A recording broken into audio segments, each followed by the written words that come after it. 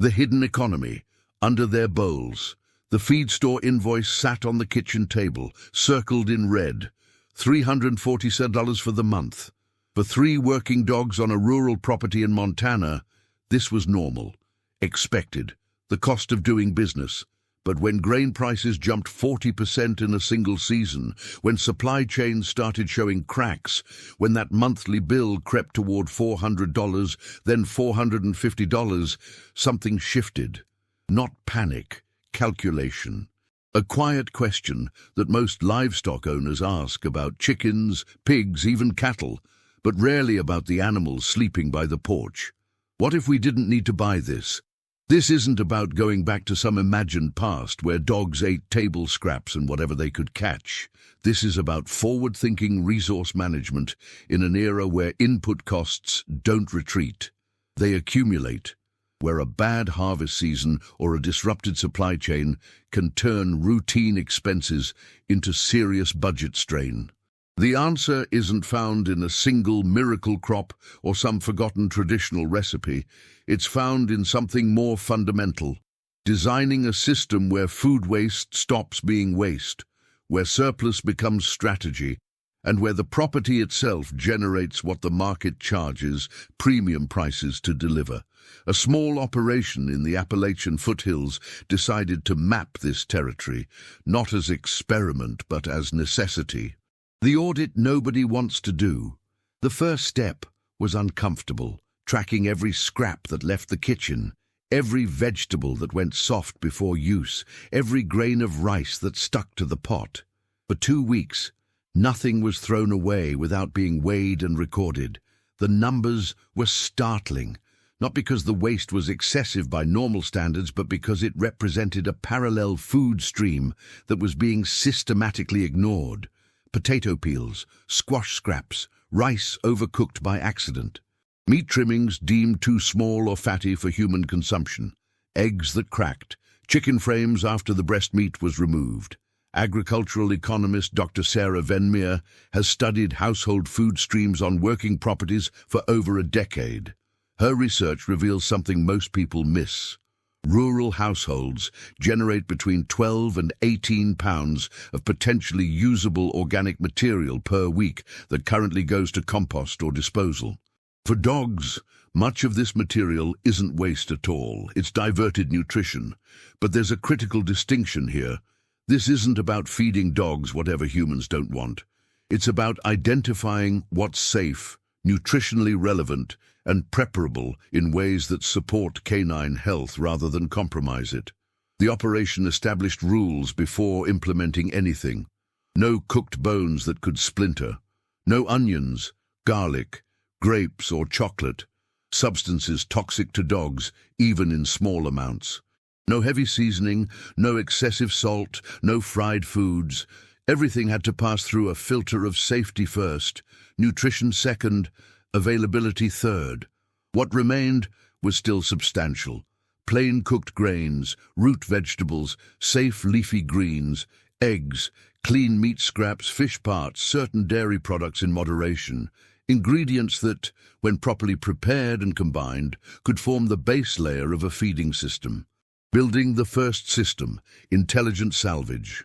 The kitchen became a sorting station. A large metal bin with a tight lid became the collection point for approved items. Potato and sweet potato peels went in. So did carrot tops, overripe squash, plain cooked pasta, brown rice, oatmeal. Cracked eggs were cooked and added. Chicken carcasses after roasting were boiled down for both the remaining meat and nutrient-rich broth. Every 3 days, this material was processed. Vegetables were chopped or mashed, depending on digestibility. Grains were mixed with protein sources.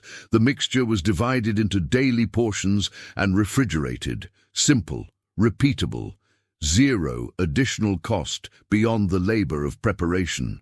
What happened over the first month was instructive. The dogs, 2 border collies and a livestock guardian breed, showed no digestive issues. Their energy remained constant. Their coats stayed healthy. And the monthly feed bill dropped by roughly 30%, even though commercial kibble still formed the majority of their diet. But 30% wasn't the goal. The goal was resilience, the ability to maintain animal health even if market access became difficult or prohibitively expensive. That required the second system, the production layer. Feeding dogs from kitchen byproducts creates a baseline, but it's reactive. You're dependent on what happens to be left over. The second system needed to be proactive, generating feed ingredients intentionally as part of the property's regular production cycle. The first integration point was eggs. The property already maintained laying hens for household use. By expanding the flock by just 6 birds, egg surplus became predictable. Cracked eggs, small eggs, and any excess production went directly into the dog feeding rotation. Eggs cooked and mixed with grains provide high-quality protein and essential fatty acids. The second integration was harder to visualize until it was in place. A simple aquaponics tank system, not for commercial fish production, but for consistent small-scale protein. A single 275-gallon IBC tote converted into a basic fish tank, stocked with bluegill. Fast-growing, hardy, tolerant of variable conditions, the fish were fed with duckweed cultivated in an adjacent shallow container and supplemented with commercial feed. The harvest wasn't large, 2 to 3 pounds of small fish per week during peak growing months. But those fish, processed and added to the dog food preparation, represented pure supplemental protein that cost almost nothing to produce once the system was established. The third layer involved fodder, not for the dogs directly, but for meat rabbits introduced specifically as a feed source. Small-scale rabbit production is one of the most efficient protein conversion systems available. Rabbits fed on homegrown fodder, vegetable scraps, and minimal commercial pellets could produce sustainable meat for the dogs while requiring very little space.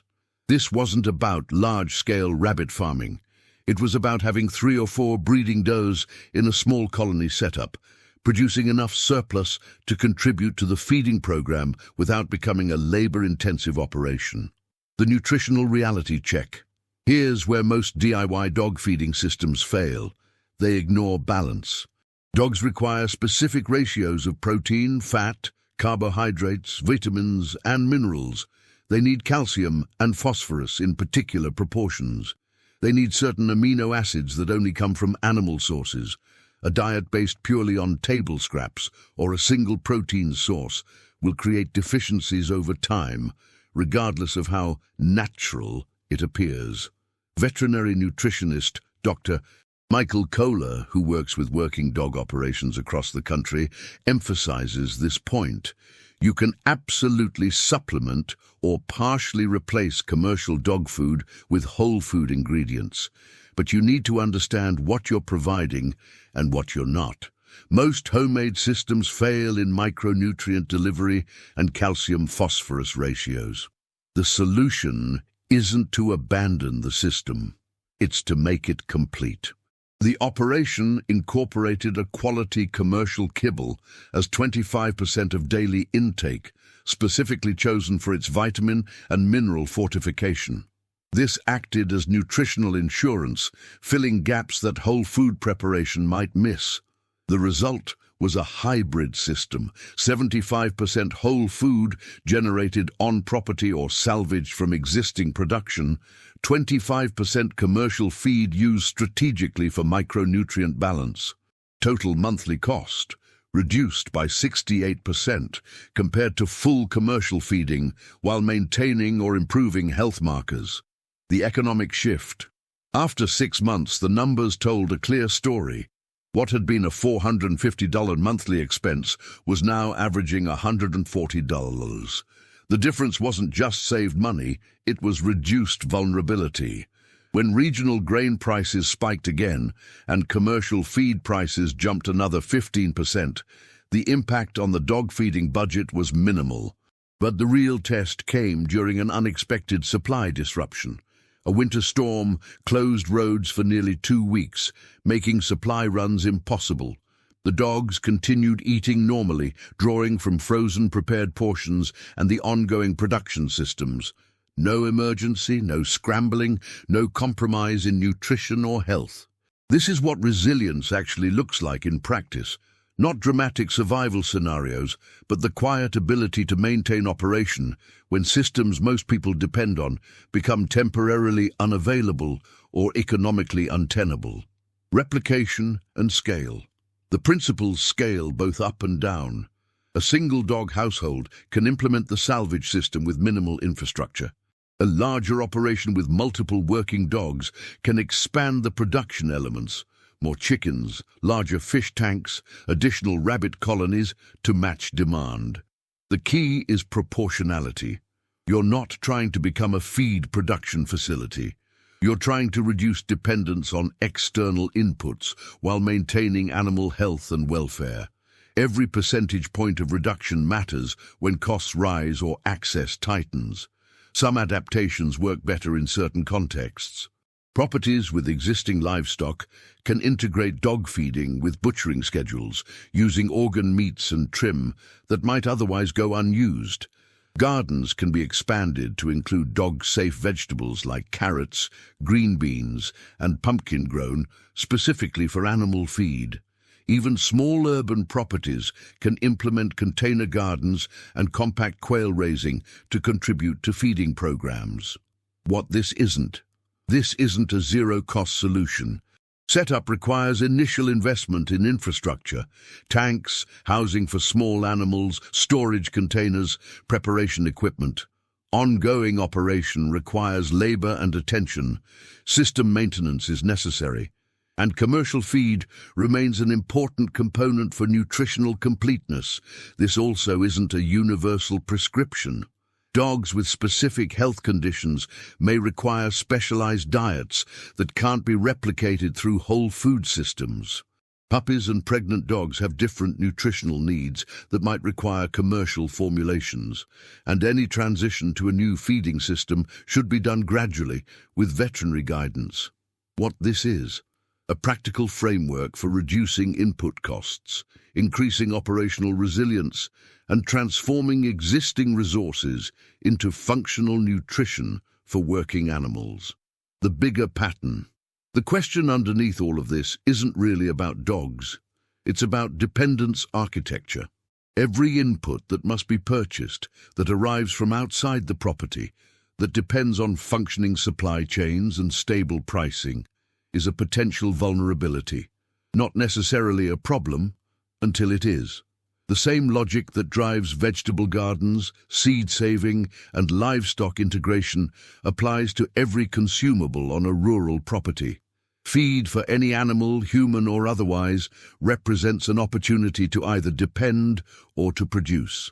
Most operations will never achieve total food independence, and that's not the goal. The goal is to reduce critical dependencies to the point where external disruptions become inconveniences rather than crises. For dogs specifically, this means building a system where they can be fed well regardless of what's happening at the feed store, in the grain markets, or on the highways that connect your property to commercial supply chains. It means looking at a bag of kibble not as an inevitability, but as one option among several, an option you can choose to use strategically rather than depend on completely. If you're interested in seeing exactly how these systems work in practice, the detailed setup processes, the specific feeding ratios, the integration points with other homestead operations, this channel documents all of it. Subscribe for complete walkthroughs of each component and ongoing updates as this operation evolves. The next video breaks down the fish tank system from initial setup through first harvest, with exact costs and timelines included.